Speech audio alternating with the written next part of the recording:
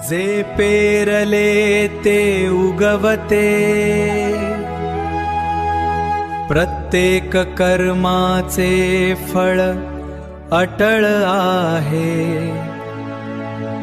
मांडव्य लहरी सागराला मिळतात, नियतीचा महिमा असाच। एका निबिड आणि शांत अरण्यामध्ये मांडव्य ऋषी आपली कठोर तपश्चर्या करत बसले होते। त्यांची ही तपस्या अशा समाधी अवस्थेत होती की त्यांना बाह्य जगाचे पूर्णपणे विस्मरण झाले होते। आजूबाजूला कोणाचा आवाज येत आहे, कोणाची हालचाल होत आहे किंवा राज्यामध्ये काय उलथापालथ सुरू आहे याशी त्यांचा कोणताही संबंध उरला नव्हता। ते केवळ एकाग्र चित्ताने ईश्वराच्या ध्यानात मग्न होते। दुसरीकडे राजाच्या नगरीत एका रात्री मोठी चोरी झाली। चोरांची एक टोळी राजाचा मौल्यवान माल लुटून जंगलाच्या दिशेने सैरावैरा धावत सुटली होती। त्यांच्या मागावर राजाचे निष्णात सैनिक होते। सैनिक चोरांना पकडण्यासाठी जंगलाच्या कानाकोपऱ्यात शिरले होते। जसा जसा सैनिकांचा वेध जवळ येऊ लागला तशी चोरांची धडधड वाढू लागली। सैनिकांचा पाठलाग इतका जिद्दीचा होता की चोरांना आता आपण पकडले जाणार याची खात्री पटली। त्या घनदाट झाडीत पळता पळता अचानक त्यांना मांडव्य ऋषी दिसले।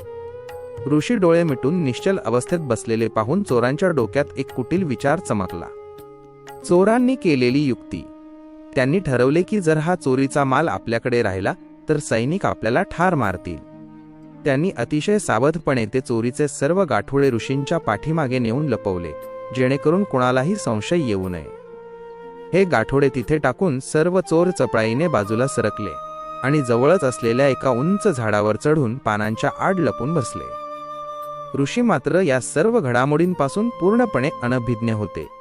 त्यांच्या पाठीमागे चोरीचा पुरावा होता आणि डोक्यावर झाडावर प्रत्यक्ष चोर दबा धरून बसले होते। तरीही ऋषी आपल्या समाधी अवस्थेत शांत आणि स्थिर होते। चोरांनी चोरीचे गाठोडे ऋषींच्या पाठीमागे लपवले आणि स्वतः झाडावर जाऊन लपले। हा प्रसंग आपण पाहिला। यानंतर काही वेळातच राजाचे शिपाई तिथे पोहोचले। जंगलात इकडे तिकडे शोध घेत असताना अचानक त्यांची नजर वडाच्या झाडाखाली बसलेल्या मांडव्य ऋषींवर पडली। सैनिक ऋषींच्या जवळ आले आणि त्यांना मोठा धक्काच बसला, कारण ज्या चोरीच्या मालाचा ते शोध घेत होते ते धनदौलतीने भरलेले गाठोडे थेट ऋषींच्या पाठीमागे पडलेले होते। ऋषी मात्र अजूनही डोळे मिटून शांत समाधी अवस्थेत मग्न होते। त्यांना कशाचेही भान नव्हते। शिपायांनी केलेली विचारपूस। संतापलेल्या शिपायांनी ऋषींना खडसावून विचारले, हे गाठोडे इथे कोणी टाकले आणि ते चोर कुठे गेले? ऋषींकडून काहीच उत्तर आले नाही। ते अगदी निश्चल आणि शांत बसून राहिले। शिपायांनी पुन्हा 2-3 वेळा मोठ्या आवाजात तेच प्रश्न विचारले, पण ऋषींनी ना डोळे उघडले ना ते काही बोलले। सैनिकांनी आजूबाजूला नजर टाकली, पण त्या घनदाट जंगलात त्या क्षणी ऋषींशिवाय दुसरे कोणाचेही अस्तित्व दिसत नव्हते। चोर झाडावर लपलेले होते, जे सैनिकांना दिसले नाहीत। सैनिक संशयाच्या जाळ्यात ऋषींचे हे अवाढव्य मौन पाहून शिपायांच्या मनात तीव्र संशय निर्माण झाला। त्यांच्यातील एक शिपाई म्हणाला, हा कोणी खोटा ऋषी दिसतोय, हा तर चोरच आहे आणि आता पकडले जाऊ नये म्हणून गप बसायचे ढोंग सॉंग करत आहे, कारण ह्याच्याशिवाय या भागात दुसरे कोण असणार? दुसऱ्या शिपायानेही त्याला दुजोरा दिला। सर्वांची खात्री पटली की हा ऋषीच खरा गुन्हेगार आहे।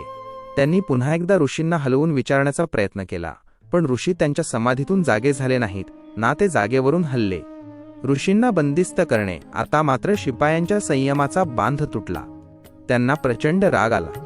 त्यांनी ठरवले की आता ह्याला इथे विचारून काही उपयोग नाही। त्यांनी सरळ मांडव्य ऋषींना उचलले आणि त्यांना दोरीने बांधून टाकले। ऋषींना अशा प्रकारे बांधून ते त्यांना घासत ओढत प्रपटच राजाच्या दिशेने घेऊन जाऊ लागले। ऋषींची अवस्था। या सर्व गोंधळात आणि हालचालींमुळे ऋषींची समाधी अखेर भंग पावली आणि ते जागे झाले। डोळे उघडल्यावर त्यांना स्वतःभोवती सैनिक दिसले, हात बांधलेले होते आणि त्यांना ओढले जात होते।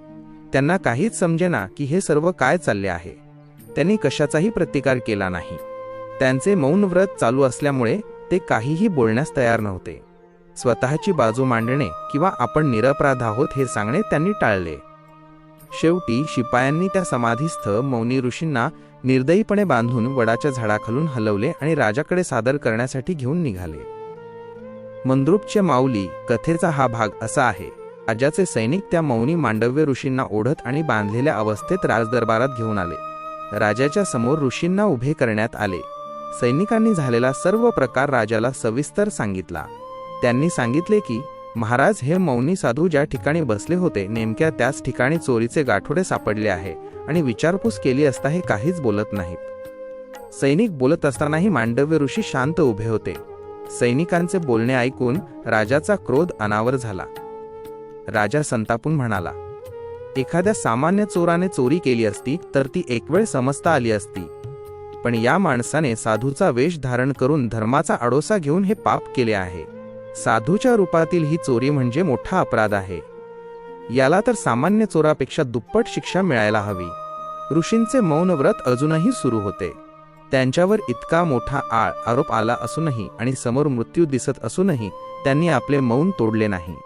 ते अंतर्मनात विचार करत होते, हे परमेश्वरा, माझ्या हातून या जन्मात तरी असे कोणतेही पाप घडलेले नाही, मग मला ही शिक्षा का भोगावी लागत आहे? माझ्या कोणत्या जन्माचे हे पाप आडवे आले आहे की आज मला या संकटाला सामोरे जावे लागत आहे? ऋषींनी स्वतःची कोणतीही बाजू मांडली नाही किंवा ते राजाकडे दयाही याचना करायला गेले नाहीत.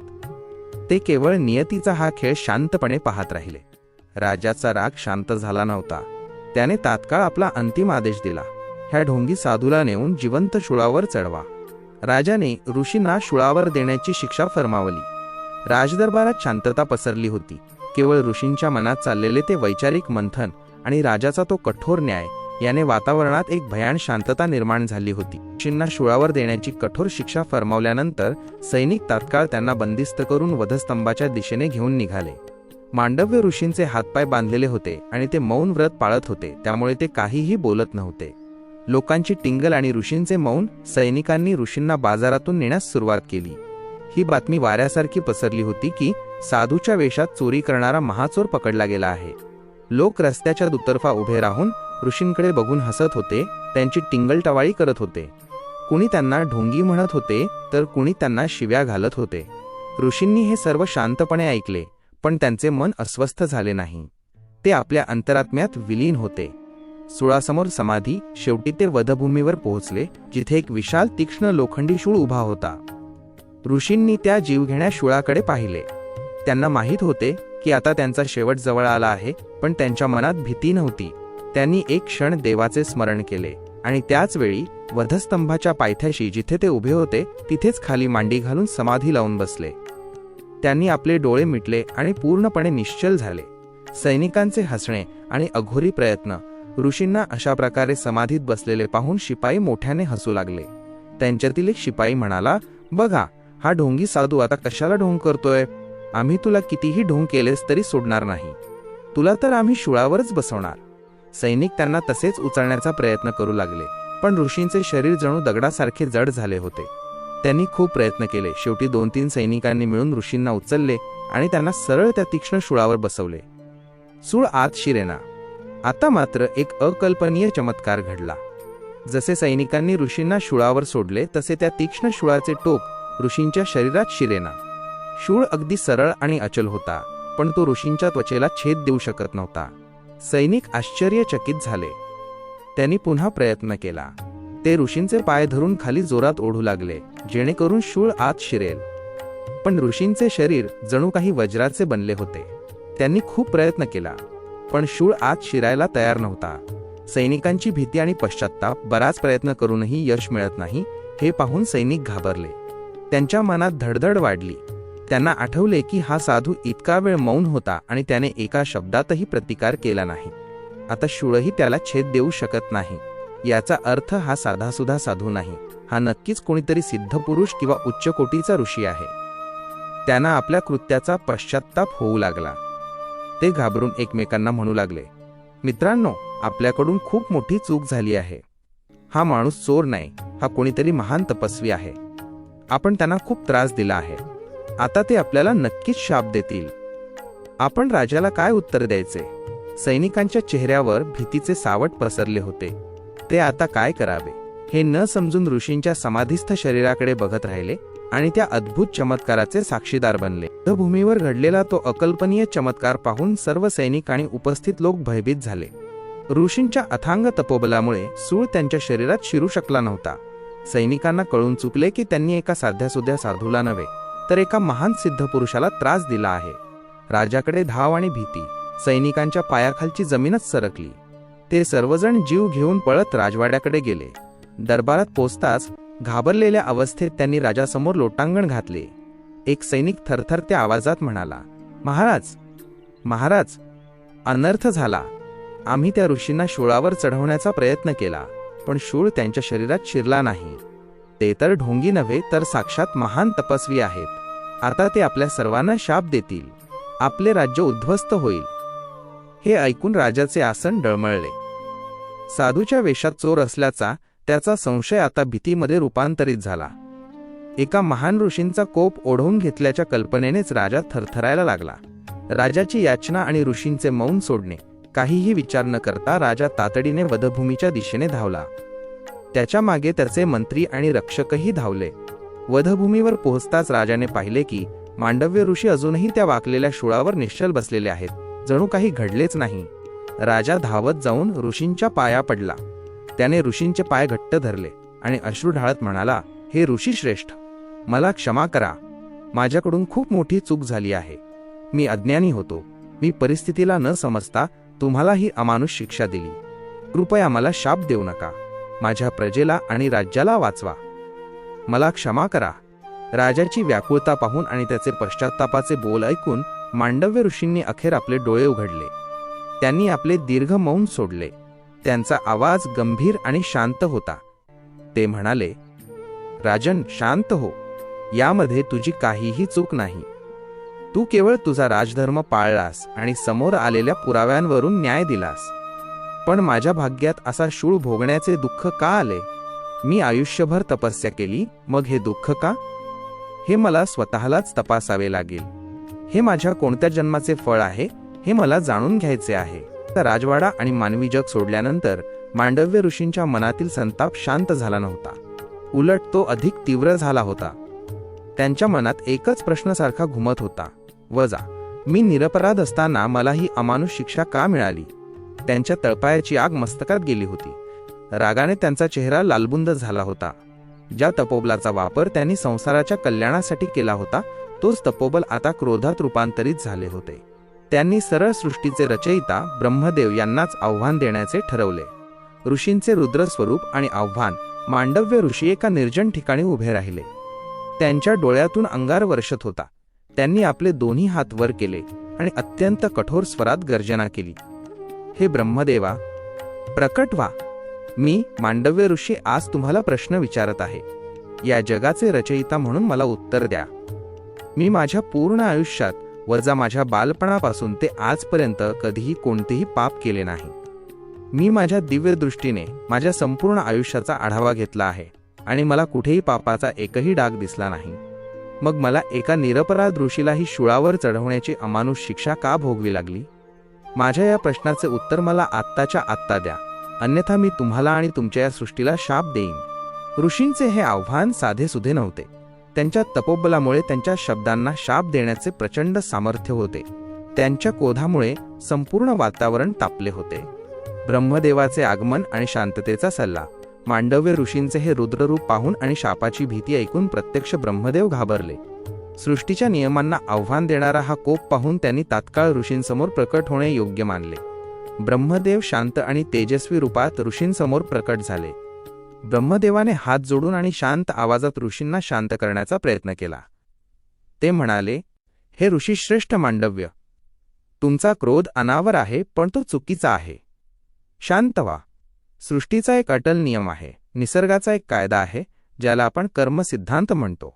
हा कायदा विनाकारण कोणालाही शिक्षा देत नाही, ना कोणावर अन्याय करतो. तुम्ही जे भोगले आहे ते तुमच्या कोणत्या ना कोणत्या कर्माचेच फळ आहे. तुम्ही आता रागाच्या भरात आहात, त्यामुळे तुम्हाला सृष्टीचे हे गूढ समजत नाहीये. ऋषींचे प्रतिउत्तर आणि दिव्य दृष्टीचा पुरावा. ब्रह्मदेवाचे हे शांत शब्दांनी ऋषींचे समाधान झाले नाही. त्यांच्या मनातील संताप कमी झाला नाही. ते उलट अधिक ठामपणे म्हणाले, ब्रह्मदेवा, तुमचा हा कर्म सिद्धांत मानवी जगासाठी असेल. मी मांडव्य ऋषी सामान्य माणूस नाही. मी माझ्या दिव्य दृष्टीने, जी शक्ती मला माझ्या तपस्येने मिळाली आहे, तिने माझे पूर्ण आयुष्य तपासून बघितले आहे. मी माझ्या डोळ्यांनी बघितले आहे की मी कुठलाही पाप केले नाही. मला कर्माचे फळ काय हे शिकवण्याऐवजी मला माझ्या प्रश्नाचं उत्तर द्या. मी निरपराध असताना मला ही शिक्षा का मिळाली? ब्रह्मदेव आणि मांडव्य ऋषी यांच्यातील हा संवाद आता एका निर्णायक वळणावर पोहोचला होता. एकीकडे सृष्टीचा अटल नियम आणि दुसरीकडे ऋषींची दिव्य दृष्टी आणि संताप यांमध्ये मोठा संघर्ष निर्माण झाला होता. मंद्रुपचे माऊली कथेचा हा भाग असा आहे. च्या क्रोधामुळे आणि आव्हानामुळे प्रत्यक्ष ब्रह्मदेव त्यांच्यासमोर प्रकट झाले. ऋषींनी आपल्या दिव्य दृष्टीचा पुरावा देऊन स्वतःला निरपराध मानले होते. निसर्गाचा कोणताही कायदा किंवा सिद्धांत विनाकारण शिक्षा देत नाही असा ब्रह्मदेवाचा दावा ऋषींनी फेटाळून लावला होता. आता या दोघेही एका निर्णायक वळणावर पोहोचले होते. ब्रह्मदेवाचा पुरावा, बालपणाचे कर्म, मांडव्य ऋषींचे प्रत्युत्तर ऐकून ब्रह्मदेव किंचित हसले. त्यांचा हसरा चेहरा पाहून ऋषींच्या रागात भर पडली, पण ते शांत राहिले. ब्रह्मदेव म्हणाले, हे ऋषी श्रेष्ठ, तुझी दिव्य दृष्टी महान आहे, पण ती केवळ तुझ्या ऋषी बनण्याच्या काळापुरती मर्यादित आहे. तू तुझ्या तपस्वी आयुष्यात कोणताही गुन्हा केला नाहीस हे खरे आहे, पण कर्मसिद्धांत केवळ एका जन्माचा किंवा एका विशिष्ट काळाचा आढावा घेत नाही. तू तुझ्या बालपणाचा विचार का नाही करत? मांडव्य ऋषी आश्चर्यचकित झाले. ब्रह्मदेव पुढे म्हणाले, तुझ्या बालपणात तू फुलपाखरांचा शोध घेत फिरायचास. त्यांना पकडून त्यांच्या पंखांना आणि शरीराला बारीक कंटक काटा घुसून तुला मजा वाटायची. तुला वाटते की हे कर्म तुझ्याकडून विसरून गेले आहे? निसर्गाने या कर्माची नोंद ठेवली आहे. मांडव्य ऋषींचे प्रत्युत्तर, बालपणाचे अज्ञान. ब्रह्मदेवाचे हे शब्द ऐकून मांडव्य ऋषींना त्यांच्या बालपणीच्या काही आठवणी आठवल्या. त्यांनी आपल्या दिव्य दृष्टीने त्या आठवणींना पुन्हा पाहण्याचा प्रयत्न केला आणि त्यांना आठवले की ते खरोखरच फुलपाखरांना काटा घुसवून खेळत असत. त्यांच्या मनात मोठा धक्का बसला, पण त्यांनी लगेच स्वतःला सावरले. ते म्हणाले, हे ब्रह्मदेवा, मी हे मान्य करतो की मी बालपणी फुलपाखरांना काटा घुसवून खेळलो आहे, पण तो काळ माझा बालपणीचा होता. मी खूप लहान होतो, अज्ञानी होतो. मला काय खरे, काय वाईट, पाप काय आणि पुण्य काय याची कोणतीही जाणीव नव्हती. बालपणी केलेल्या अज्ञानी कर्माची शिक्षा एका निरपराध ऋषीला देणे योग्य आहे का? लहान मुलांना सर्व काही माफ असते हे तर तुम्हीच मान्य केले पाहिजे. मग तुम्ही माझ्या बालपणीच्या कर्माची शिक्षा आत्ता का देताय? तुमच्या या अन्यायाविरुद्ध मी तुम्हाला शाप देईन. ब्रह्मदेवाचा दार्शनिक खुलासा. ब्रह्मदेवाच्या चेहऱ्यावरील हसू कायम होते. मांडव्य ऋषींची व्याकुळता पाहून त्यांना हसू आले. ते म्हणाले, मांडव्य, तू लहान होतास म्हणजे केवढा होतास? तू तुझ्या आईचा दूध पीत नव्हतास. त्यावेळेस तुला कळाले होते की ती तुझी आई आहे. तू मोठा झालास तेव्हाच तुला आई आणि इतर स्त्रियांमधील फरक कळाला. तेव्हाच तुला सृष्टीचे नियम आणि समाजाचे कायदे समजू लागले. तेव्हाच तू स्वतःच्या हाताने सर्व कामे करू लागलास. तेव्हाच तू मोठा झालास. ब्रह्मदेवाच्या या सविस्तर खुलाशावर मांडव्य ऋषींना काय बोलावे ते कळेना. ते निशब्द झाले. ब्रह्मदेव पुढे म्हणाले, दुसरी गोष्ट, कळत नकळत का होईना तुझ्याकडून ते कर्म झाले. तुला जाणीव नव्हती, पण त्या फुलपाखराला तर त्रास झाला ना? तू एका फुलपाखराचा विचार का करतोयस? तू असे किती फुलपाखरांचे प्राण घेतले असतील? त्या सर्व फुलपाखरांच्या वेदनेची नोंद निसर्गाने ठेवली आहे. निसर्गाचा कायदा हा कर्माच्या फळाचा आहे, कर्त्याच्या ज्ञानाचा नाही. ब्रह्मदेवाने एक सुंदर उदाहरण देऊन मांडव्य ऋषींचे समाधान केले. ते म्हणाले, बघ मांडव्य, तू अग्नीत हात घातलास. आता मला सांग, तू लहान असताना अग्नीत हात घातलास किंवा मोठा असताना अग्नी तुला भाजणारच नाही का? अग्नीचा स्वभाव जाळणे आहे, तो कर्त्याचा वय किंवा ज्ञान बघत नाही. निसर्गाचा कोणताही नियम, कोणताही कायदा विनाकारण शिक्षा देत नाही, ना कोणावर अन्याय करतो. तू तुझ्या बालपणीच्या कर्माची फळ आज भोगतोयस हे तुला मान्य करावेच लागेल. निसर्गाच्या या कर्माच्या गुपिताला कोण दवाडा करू शकत नाही. कथेचा समाप्ती. ब्रह्मदेवाचे हे मार्मिक आणि दार्शनिक खुलासे ऐकून मांडव्य ऋषींचे समाधान झाले. त्यांच्या मनातील क्रोध शांत झाला. त्यांच्या दिव्य दृष्टीला आता सृष्टीचे हे गूढ समजले होते. त्यांनी ब्रह्मदेवाचे पाय धरले आणि आपल्या बालपणीच्या कर्माची पश्चात्ताप केला. मांडव्य ऋषींचे तपोबल वाढले आणि त्यांनी आपल्या तपस्येचा वापर सृष्टीच्या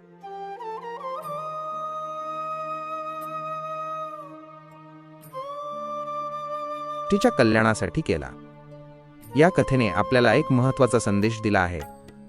वजा निसर्गाचा कर्माचा सिद्धांत हा अटल आहे. आणि तो कळत नकळत झालेल्या कर्माची नोंद ठेवतो. कर्माचा आणि निसर्गाच्या अटल नियमाचा दाखला दिल्यानंतर ब्रह्मदेव मांडव्य ऋषींकडे अत्यंत मायेने बघत होते. ऋषींचा क्रोध आता निवळला होता आणि त्यांच्या जागी एक सखोल विचारमग्नता आली होती. ब्रह्मदेव पुढे म्हणाले, हे मांडव्य, आता तुझ्या एका प्रश्नाचे उत्तर देतो. तुला वाटले की तुला इतकी मोठी अमानुष शिक्षा झाली, शूळावर चढवले गेले, पण तुला कोणताही त्रास झाला नाही. उलट तुला शूळावर असताना शीतल तापमान जाणवले आणि तुला काहीच वेदना झाली नाही. हे कसे घडले? मांडव्य ऋषी ब्रह्मदेवाकडे बघत राहिले. ब्रह्मदेव पुढे म्हणाले, बघ मांडव्य, तू आयुष्यभर कठोर तपस्या केलीस. तू महान पुण्य मिळवलेस. हे तुझे तपोबल, हे तुझे पुण्य इतके महान होते की त्या शूळाचे टोक तुझ्या शरीरात शिरू शकले नाही. निसर्गाचा नियम तुला पूर्णपणे जाळू शकला नाही. हे तुझ्या पुण्याचे फळ आहे की तू त्या भयानक शिक्षेमधून जिवंत बाहेर पडलास. ब्रह्मदेवाच्या या सविस्तर खुलाशावर मांडव्य ऋषींना काय बोलावे ते कळेना. त्यांच्या डोळ्यात पश्चात्तापाचे अश्रू आले. ब्रह्मदेव पुढे म्हणाले, पण निसर्गाचा नियम हा अटल आहे. तू कळत नकळत किती फुलपाखरांचा जीव घेतला आहेस. त्यांच्या वेदनेची नोंद निसर्गाने ठेवली आहे. तू तुझ्या पुण्याच्या जीवावर त्या शिक्षेमधून सुटलास, पण तुझ्या कर्माची फळ तुला भोगवावीच लागली. तुला शूळावर चढवले गेले हा त्या फुलपाखरांच्या वेदनेचाच परिणाम होता. हे तुझे तपोबल आहे की तुला काही त्रास झाला नाही. निसर्ग कधीही कोणाला विनाकारण शिक्षा देत नाही, ना कोणावर अन्याय करतो. तू जे भोगले आहे ते तुझ्या कर्माचेच फळ आहे मांडव्य. ऋषींचा पश्चात्ताप आणि प्रस्थान. ब्रह्मदेवाचे हे मार्मिक आणि दार्शनिक खुलासे ऐकून मांडव्य ऋषींचे समाधान झाले. त्यांच्या मनातील क्रोध पूर्णपणे शांत झाला. त्यांच्या दिव्य दृष्टीला आता सृष्टीचे हे गूढ समजले होते. त्यांनी ब्रह्मदेवाचे पाय धरले आणि आपल्या बालपणीच्या कर्माची पश्चात्ताप केला. ते म्हणाले, हे ब्रह्मदेवा, मी अज्ञानी होतो, मी अहंकारी होतो. मी माझ्या दिव्य दृष्टीला आणि तपस्येला सर्व काही मानले होते.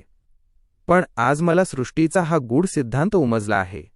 निसर्गाचा कर्माचा कायदा अटल आहे आणि तो कळत नकळत झालेल्या कर्माची नोंद ठेवतो. मला क्षमा करा. ब्रह्मदेवाने ऋषींना आशीर्वाद दिला. मांडव्य ऋषींचे तपोबल वाढले आणि त्यांनी आपल्या तपस्येचा वापर सृष्टीच्या कल्याणासाठी केला. या कथेने आपल्याला एक महत्त्वाचा संदेश दिला आहे. वजा निसर्गाचा कर्माचा सिद्धांत हा अटल आहे आणि तो कळत नकळत झालेल्या कर्माची नोंद ठेवतो. मंद्रुपचे माऊलींच्या दृष्टीने गोष्टीचा तर्क किंवा अर्क. हे मंद्रुपचे माऊली ही कथा आपल्या सर्वांसाठी एक महान उपदेश आहे. या कथेचा अर्क काय आहे? 1. निसर्गाचा कर्माचा सिद्धांत अटल आहे. आपण कळत नकळत जे काही कर्म करतो त्याची नोंद निसर्गात घेतली जाते. त्या कर्माची फळे आपल्याला कधी ना कधी भोगावीच लागतात. 2. कर्तव्य आणि अज्ञान. अज्ञानी कर्माची शिक्षा कमी असू शकते, पण कर्म हे कर्मच असते. आपण कितीही महान ऋषी किंवा तपस्वी झालो तरी आपल्या कर्माची फळे आपल्याला भोगावीच लागतात. 3. तपस्या आणि पुण्य. तपस्या आणि पुण्य आपल्याला कर्माच्या कठीण फळांपासून वाचवू शकतात, पण ते पूर्णपणे नष्ट करू शकत नाहीत. मांडव्य ऋषी आपल्या पुण्याच्या जीवावर शूळावर चढण्यापासून सुटले, पण त्यांना त्या कर्माची फळ भोगवावीच लागली.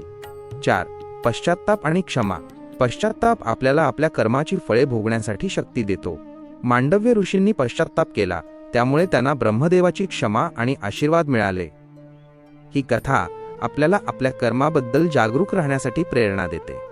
आपण नेहमी चांगले कर्म करावे आणि आपल्या कर्माची फळे भोगण्यासाठी तयार राहावे, हेच या कथेचा अर्क आहे. आपल्याला वाटते की आपण छोटेसे कर्म केले, कोणाला तरी थोडेसे फसविले किंवा कोणाचे तरी मन दुखावले तर त्याने काय होणार? आपल्यासाठी ते छोटे असते, पण ज्याच्यावरती वेळ येते त्याच्यासाठी ते आभाळा एवढे मोठे दुःख असते. निसर्गाच्या दरबारात या प्रत्येक छोट्या कर्माची नोंद ठेवली जाते. जेव्हा संकट येते तेव्हा आपण म्हणतो, मी कोणाचे वाईट केले नाही, मग माझ्यावरच ही वेळ का आली? पण आपण विसरतो की कळत नकळत आपण भूतकाळात कोणाला तरी त्रास दिलेला असतो. मांडव्य ऋषींनी लहानपणी फुलपाखराला काटा टोचला होता. त्यांच्यासाठी तो खेळ होता, पण त्या जीवासाठी तो मरणप्राय वेदनेचा प्रसंग होता. त्याचे फळ त्यांना ऋषी झाल्यावरही भोगावेच लागले. या कथेचा सर्वात मोठा धडा हाच आहे, भोग भोगूनच संपवावे लागतात. तुम्ही कितीही जप करा, तप करा, दानधर्म करा, त्याने तुमचे कर्म पुसले जात नाही. कर्माची फळे भोगल्याशिवाय त्यातून सुटका नाही. इथे कोणाची वशिला चालत नाही आणि कोणाची उशिरा सवलत मिळत नाही. पुण्याचा आधार हो, जर तुमचे पुण्य प्रबळ असेल तर त्या कर्माची तीव्रता तुम्हाला जाणवणार नाही. जसे ऋषींना सुळावर चढवले गेले, पण त्यांच्या तपस्या आणि पुण्यामुळे त्यांना वेदना झाली नाही. शिक्षा तर भोगावी लागली, पण पुण्याच्या कवचामुळे ती सुसह्य झाली. गोष्टीचा खरा अर्थ, कथा केवळ ऐकण्यासाठी नसतात तर त्यातून स्वतःच्या वागण्यात बदल करण्यासाठी असतात. आपण कोणाला फसवतोय का, कोणाचा शाप घेतोय का, हे तपासून पाहणे म्हणजेच खऱ्या अर्थाने माणूस होणे होय. संस्कारांची शिदोरी, आई आणि गुन्हेगार मुलाची गोष्ट. मांडव्य ऋषींच्या कथेतून आपण पाहिले की बालपणीचे कर्मही भोगावे लागते, पण तिथे एक प्रश्न उरतो, त्या मुलाला हे पाप आहे हे सांगणारं कोणी होतं का? याच विषयावर तुमची ही दुसरी गोष्ट प्रकाश टाकते. गोष्ट अशी आहे, एक मुलगा लहानपणापासून छोट्या छोट्या चोऱ्या करू लागला. कधी शेजाऱ्याची पेन्सिल चोर तर कधी कोणाचे पैसे. त्याची आई त्याला ओरडण्याऐवजी अरे लहान आहे तो, त्याला काय कळतंय, असं म्हणून त्याच्या चुकांवर पांघरून घालायची. हळूहळू त्या मुलाचे धाडस वाढले आणि तो मोठा गुन्हेगार झाला. शेवटी एका मोठ्या गुन्ह्यासाठी त्याला फाशीची शिक्षा सुनावण्यात आली. शेवटची इच्छा, फाशी देण्यापूर्वी न्यायाधीशांनी त्याला त्याची शेवटची इच्छा विचारली. तो मुलगा म्हणाला, मला माझ्या आईच्या कानात काहीतरी सांगायचे आहे. आईला समोर बोलावण्यात आले. आई रडत रडत त्याच्या जवळ आली. जशी आई कान जवळ नेऊन त्याचे बोलणे ऐकण्यासाठी झुकली, तसे त्या मुलाने आईच्या कानाचा जोरात लचका तोडला. मुलाचा आक्रोश, सगळेजण अवाक झाले. रक्ताळलेल्या कानाने आई विव्हळू लागली. तेव्हा तो मुलगा ओरडून म्हणाला, आई, आज मी जो फासावर चढतोय त्याला कारणीभूत तू आहेस. जेव्हा मी लहानपणी पहिली चोरी केली होती तेव्हा जर तू माझे कान उपटले असतेस आणि मला सांगितले असतेस की हे पाप आहे, तर आज ही वेळ आली नसती. तू तेव्हा मला सावरले नाहीस, म्हणून आज मला हे मरण सोसावे लागत आहे. मंद्रुपचे माऊलींचा अर्क. ही गोष्ट मांडव्य ऋषींच्या कथेला पूर्णत्व देते. ऋषींना निसर्गाने शिक्षा दिली, कारण निसर्ग कोणाचाही मुलाहिजा ठेवत नाही. पण मानवी जीवनात संस्कार हे निसर्गाच्या शिक्षेपूर्वीचे सावधगिरीचे इशारे असतात. लहान वयातच पेरणी.